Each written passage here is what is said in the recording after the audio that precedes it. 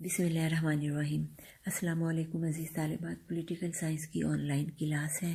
آج 5 دسمبر 2020 اور ہمارا آج کا ٹاپک ہے قومی اسمبلی کے اختیارات و فرائض۔ عزیز طالبات، قومی اسمبلی کو آئین کی روح سے وسیع اختیارات حاصل ہیں۔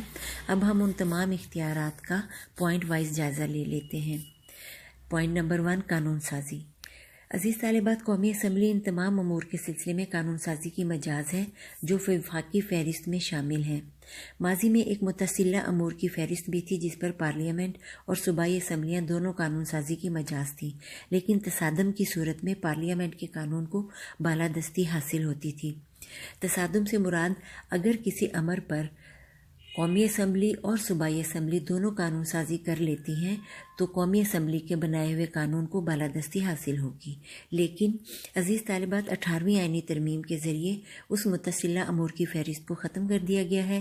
اب صرف 2 فہرستیں ہیں، ایک مرکزی امور کی فہرست اور دوسری صوبائی امور کی فہرست۔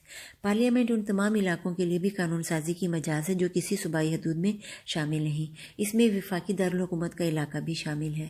صوبوں میں ہنگامی حالات کے نفاذ کے بعد تو پارلیمنٹ صوبائی امور پر بھی قانون سازی کر سکتی ہے، لیکن ایسا قانون ہنگامی حالات کے خاتمے کے 6 ماہ بعد ختم ہو جائے گا۔ قانون سازی کا بل کسی بھی ایوان میں پیش کیا جا سکتا ہے۔ ایک ایوان کی منظوری کے بعد بل دوسرے ایوان میں بھیجا جائے گا۔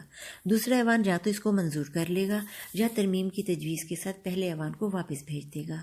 لیکن اگر دوسرا ایوان 90 دن کے اندر کوئی کارروائی نہ کرے تو مسودہ منظور متصور ہوگا۔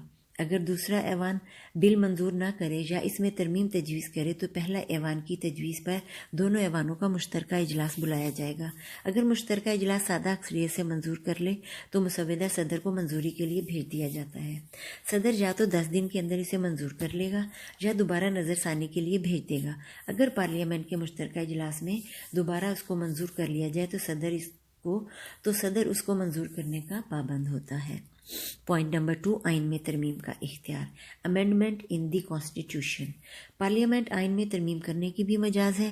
آئینی ترمیمی بل کسی بھی ایوان میں پیش کیا جا سکتا ہے۔ اگر دونوں ایوان اسے 2/3 اکثریت سے منظور کر لیں تو اسے صدر کی منظوری کے لیے بھیج دیا جاتا ہے۔ صدر کے لیے ضروری ہے کہ وہ 7 دن کے اندر اس پر دستخط کر دے، بصورت دیگر ترمیم اس کی منظوری کے بغیر ہی آئین کا حصہ بن جائے گی۔ تاہم کسی صوبے کی حدود میں رد و بدل کے متعلق ترمیم کے لیے متعلقہ صوبائی اسمبلی کی 2/3 اکثریت کی منظوری بھی لازمی ہے۔ انتظامیہ پر احتساب، accountability of executive. Point number 3 ہے، پارلیمانی نظام میں انتظامیہ مقننہ کو جواب دہ ہوتی ہے۔ وزیر اعظم سمیت تمام وزراء پارلیمنٹ کے رکن ہوتے ہیں اور پوری کابینہ پارلیمنٹ بالخصوص قومی اسمبلی کے سامنے جواب دہ ہوتی ہے۔ اب عزیز طالبات، ہم ان طریقوں کا جائزہ لے لیتے ہیں جن کے ذریعے سے انتظامیہ پر احتساب کیا جاتا ہے۔ اب ہم ان طریقوں کا جائزہ لیتے ہیں جن طریقوں سے پارلیمنٹ انتظامیہ کا احتساب کرتی ہے۔ نمبر 1، وزارت کی تشکیل، فارمیشن آف کیبنٹ۔ قومی اسمبلی اپنے اولین فرائض کے طور پر انتظامیہ کی تشکیل کرتی ہے۔ صرف وہی شخص وزیر اعظم بنتا ہے جسے قومی اسمبلی کی اکثریت کی حمایت حاصل ہو۔ وزراء کی ایک بڑی اکثریت پارلیمنٹ کے اس ایوان سے تعلق رکھتی ہے۔ پوائنٹ نمبر 2، تحریک عدم اعتماد، ووٹ آف نو کانفیڈنس۔ قومی اسمبلی کو یہ اختیار بھی حاصل ہے کہ وہ وزیر اعظم کے خلاف تحریک عدم اعتماد منظور کر کے اسے وزیر اعظم کے عہدے سے معزول کر سکتی ہے۔ وزیر اعظم کے ساتھ پوری کابینہ بھی عدم اعتماد کی صورت میں مستعفی ہونا پڑتا ہے۔ پوائنٹ نمبر 3، سوالات، کوسچنز۔ قومی اسمبلی کے ارکان وزراء سے حکومتی امور کے بارے میں سوالات کر سکتے ہیں۔ سوالات کے ذریعے انتظامیہ کی خامیوں اور کوتاہیوں کو منظر عام پر لانے میں مدد ملتی ہے۔ اس طرح انتظامیہ کے طرز عمل کا محاسبہ ہوتا ہے۔ انتظامیہ کو کنٹرول کرنے کا یہ نہایت مؤثر طریقہ ہے۔ پوائنٹ نمبر 4، تحریک التوا، ایڈجرنمنٹ موشن۔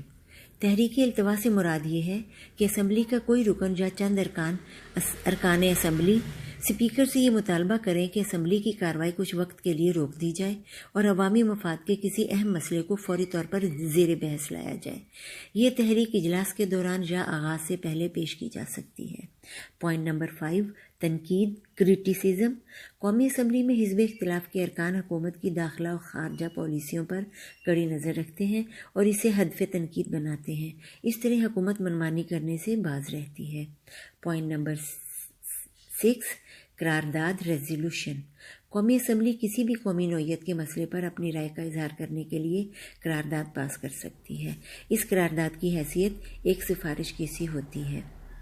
ابھی پچھلے دنوں جب فرانس نے گستاخانہ خاکے شائع کیے تھے تو قومی اسمبلی میں ایک ریزولوشن پاس کی گئی تھی جس نے ان تمام اقدامات کی مذمت کی تھی جس کے تحت گستاخانہ یعنی کہ حضور پاک صلی اللہ علیہ وآلہ وسلم کی شان میں گستاخی کی گئی اور اس پر مبنی خاکے شائع کیے گئے۔ اس کے تحت اس کی مذمت کرنے کے لیے پاکستان کی پارلیمنٹ نے ایک قرارداد منظور کی تھی۔ یہ میں آپ کو اس کی مثال بتا رہی ہوں۔ لاسٹ پوائنٹ ہے واک آؤٹ۔ بعض اوقات حزب مخالف کے ارکان حکومت کے کسی طرز عمل پر بطور احتجاج واک آؤٹ کر جاتے ہیں، اس طرح حکومت کا وقار مجروح ہوتا ہے۔ باقی ماندہ اختیارات کا جائزہ انشاءاللہ کل کے لیکچر میں لیں گے۔ اس وقت تک اپنا بہت سا خیال رکھیے۔